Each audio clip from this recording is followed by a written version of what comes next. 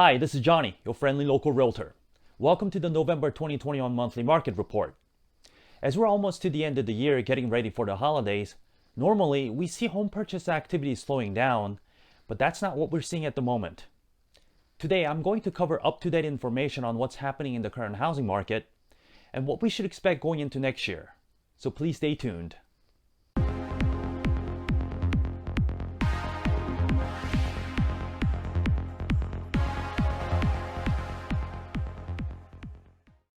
One of the biggest questions that the buyers had since the beginning of this year was, is it a good time to buy right now? And what we see at the moment is lots of people believing that it's not a good time to buy and that they should wait. Because if you look at this University of Michigan Consumer Sentiment Index for asking people if now is a good time to buy homes, this was the outcome.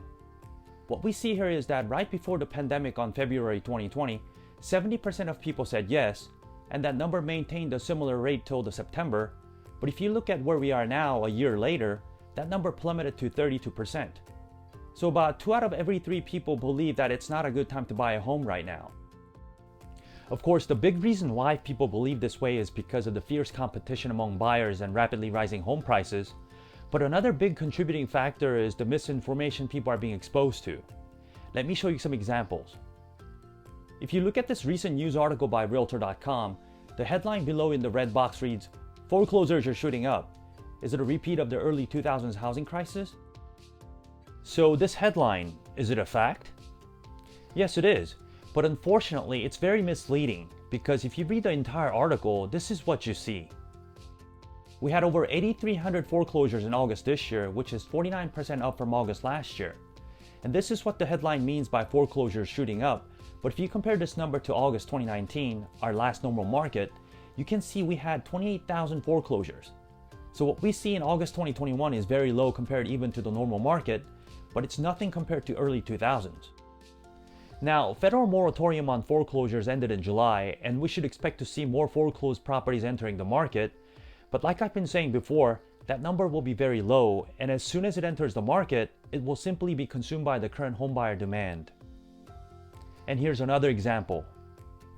CNBC recently said this: mortgage originations will drop 33% in 2022 as interest rates rise, according to industry forecast.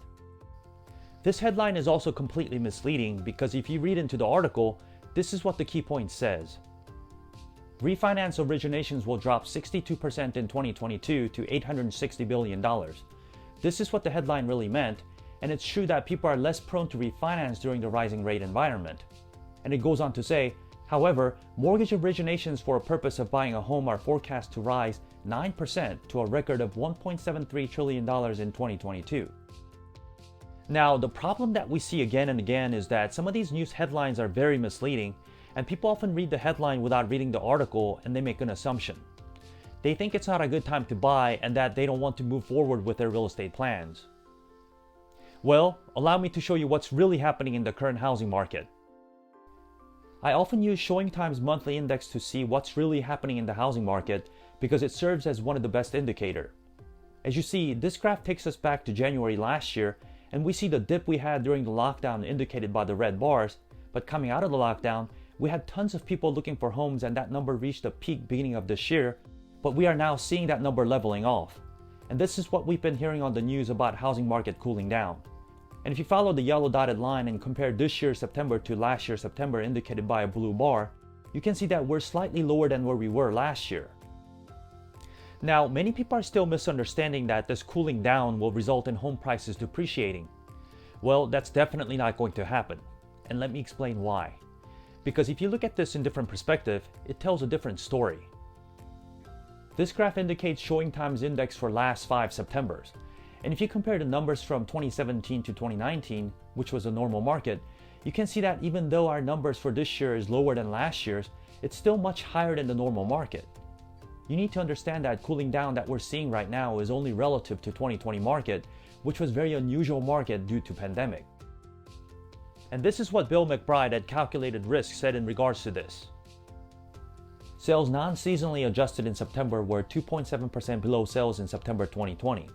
Excluding last September, distorted by the delayed selling season, sales non-seasonally adjusted were the strongest since 2005. Now, have you heard this anywhere in the media? This is certainly not being talked about, is it? There are tons of buyers looking to buy homes out there, and lots of sales are currently happening. Okay, so let's move on and talk about interest rate. This is what Doug Duncan recently said in regards to what we should expect for next year. Right now, we forecast mortgage rates to average 3.3% in 2022, which, though slightly higher than 2020 and 2021, by historical standards remains extremely low and supportive of mortgage demand and affordability. So what does he mean? Doug, like most other experts, are projecting that the interest rates will rise next year, but fortunately, it won't rise to the level that will cause people to feel it's not affordable. Let's also take a look at the latest mortgage rates information by Freddie Mac. This indicates average 30-year fixed rate going back to January 2018 to present in blue graph. And what we see is that the rates were just under 5% in 2018, but they've been dropping quite significantly since then, hitting all-time lows at the end of last year and beginning of this year. But now what we're seeing is the rates rising again, and people are wondering where the rates are headed. And just like the quote we just saw by Doug Duncan, you can also see that Freddie Mac is projecting the rates to rise as well, indicated by these red bars. And it's projecting that the rates will rise steadily, and we'll see roughly 3.6% rate around this time next year. Now, what we also need to know is that the mortgage rates aren't the only thing that's projected to go up next year, because home prices are also projected to rise as well. This is the most recent home price projection for 2022 by 6 of the leading industry experts, and their average projection rate is at 5.1%. So what's happening next year is more moderate rate of appreciation compared to breaking level of 18 to almost 20% appreciation that we had. But all in all, it's important to understand that home prices will appreciate at more moderate rate, and this doesn't mean it's going to depreciate. So as we talk about both mortgage rates and home prices rising, what does this mean for the home sales next year? Well, this is the latest forecast from the 4 experts. As you can see by the projections from Fannie, Freddie, NAR, and MBA, they're all projecting home sales to increase this year and perform just as well next year, if not better. We're going to end this year by selling roughly 6.8 million homes, and the reason we need to know this is because if you look at the yellow dotted line, that was how many homes we sold in 2020. And that number at 6.5 million, we considered 2020 a record-breaking year. And this is one of the reasons why we can't say a housing market is cooling down. And this is what Mike Frattantoni at MBA said about next year. 2022 should be another strong year for the housing market. Well, this is all I have for you today. But ladies and gentlemen, I hope you gained certainty and clarity from what I covered today. There are lots of misinformations out there, but I hope you understand that those are simply noises you hear. And if you make your real estate decisions based on those noises, you're only going to get left on the sideline. I hope you make wise real estate decisions, and I will see you again next month with more important real estate news. Goodbye.